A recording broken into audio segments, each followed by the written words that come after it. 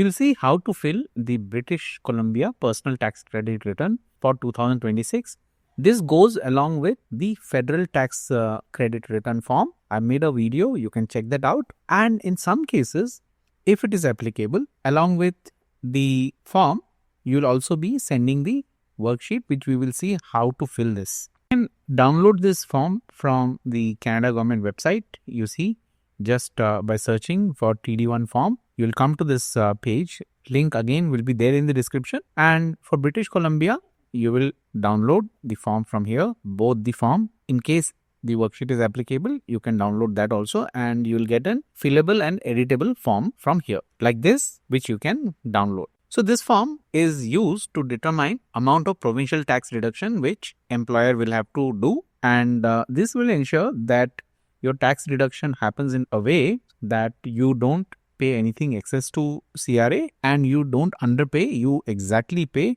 And that's why it's important that the information what you provide is up to date. Here you will enter your last name, first name, date of birth, just enter the year and then date and then enter.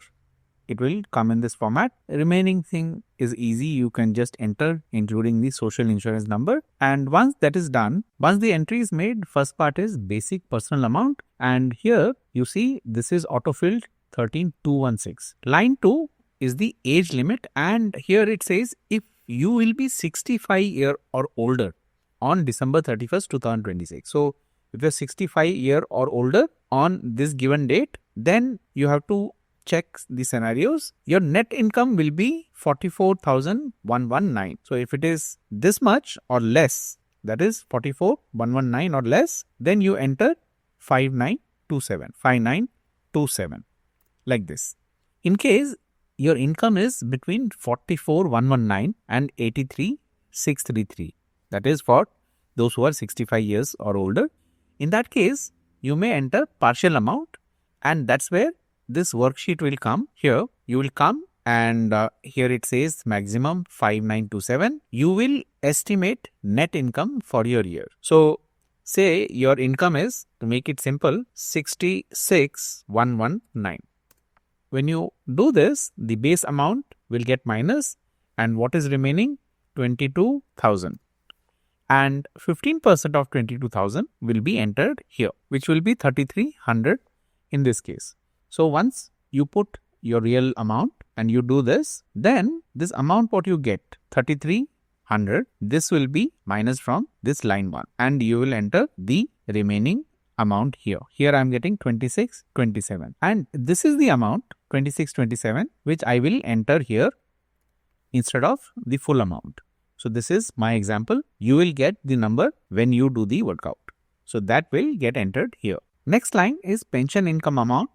And these are not the Canada Pension Plan, Quebec Pension Plan, Old Age Security or Guaranteed Income Supplement Payment. These are not the ones. Other than this, if you are getting any pension from, say, the company where you worked and the amount is $1,000 or your estimated annual pension, whichever is less. So, say if you are getting a pension of $2,000, you will enter $1,000 only here, like this, $1,000. And if you're getting say 650, you will enter 650. So $1,000 is the cap. Even if you're getting higher than this, you will enter $1,000. And if it is less than that, whatever the number is, you will enter that. Let me make it 0. And even here I am making 0. Next line item is tuition fee, which is full-time or part-time tuition if you're doing. And here, if you're a student at university, college or educational institution certified by Employment and Social Development Canada, and you will pay more than $100 per institution in tuition fee. Enter your tuition fee that you pay less your Canada training credit. If you are getting Canada training credit, you have to remove that and then you have to enter the fee that you are paying as full-time or part-time student. Now the question is, if you are in 2-year program, it is not both combined year you will enter the amount. It will only be for 2026. So whatever that amount is, you make an entry, and if it is not, you make that 0. Line 5 is disability amount, and for this you need to have form 2201. If you have one, you know that, and you will enter here 9913. If you don't have this form, in that case, you will enter 0.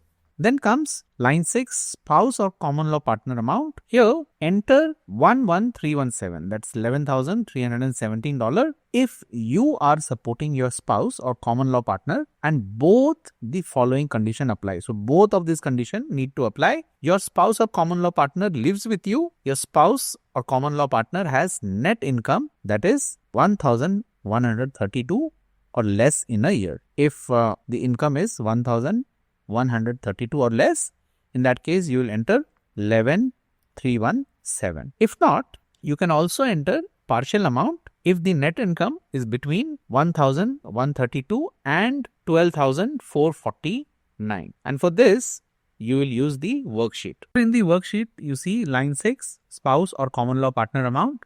So this 12,449 is shown by default and this becomes the base amount.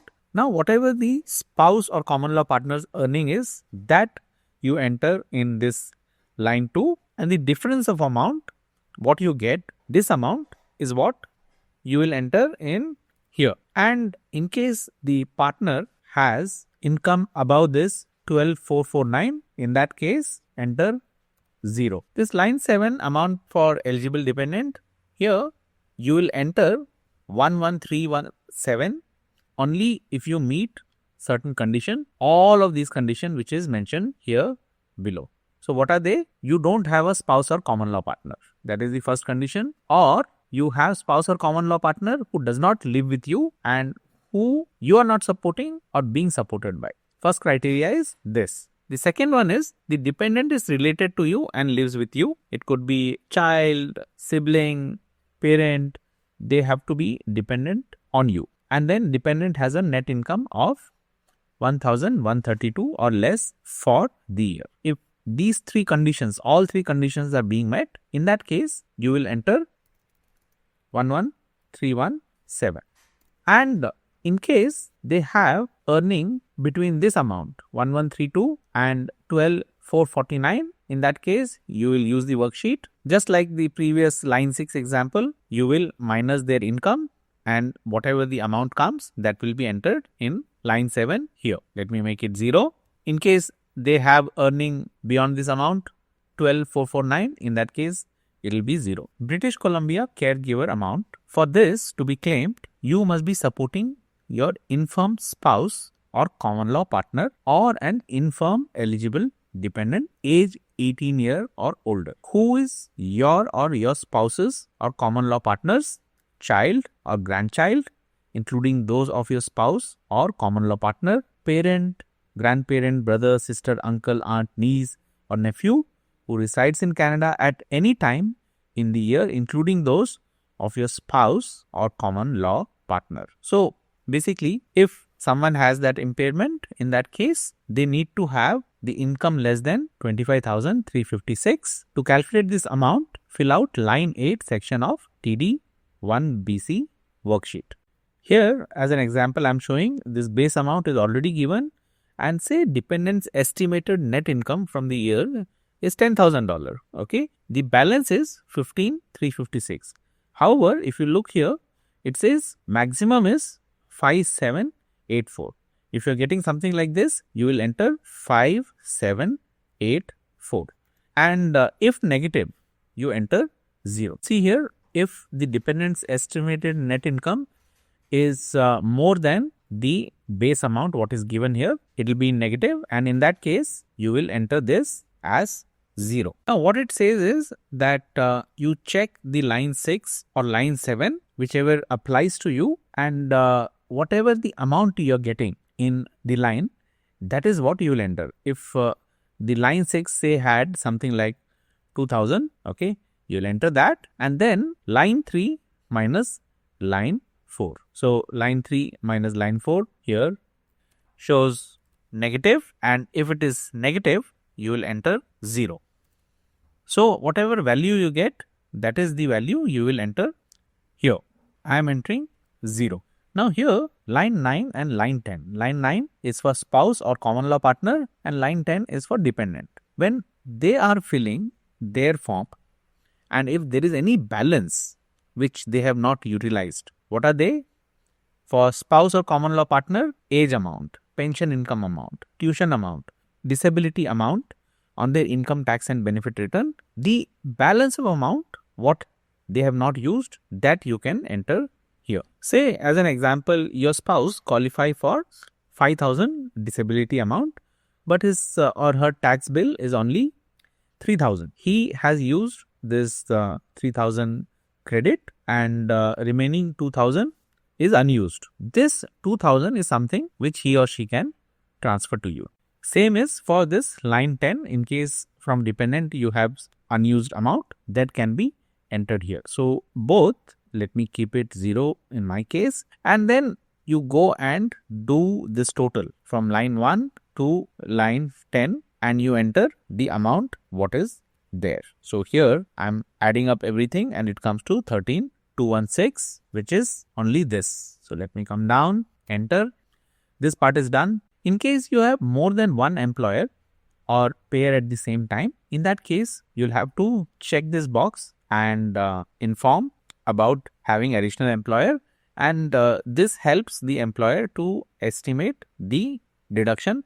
And in case you have already submitted the form with earlier employer, in that case, you cannot claim them again. If your total income from all sources will be more than the personal tax credit you claimed, and on the other TD1BC, you will just enter 0 in line 11. That is here, okay, because you already filled this form, you will enter 0 here and then you will check this box, and you do not fill line 2 to 10. All of this line 2 to 10 will be 0 in that case. If that is not the case, keep this box unchecked, and total income is less than the total claim amount. So you will check this box if the total income is less than the total claim amount. As it says, if it is more, you keep as it is, and if it is less, you tick this box. Then the employer or payer will less the total claim amount on line 11, and they will not deduct tax from your earning. You have also option to have this additional tax to be deducted, and this has to be done on federal form TD1, which I have shown in the video. You can check that out, and you can also have reduction in tax reduction if you know that you have overpaid, and then once you fill that form again, you will get that adjusted tax deduction which will happen hereafter. So once this is done, sign and date and then submit this form with your employer, and that's it. You're done from your end.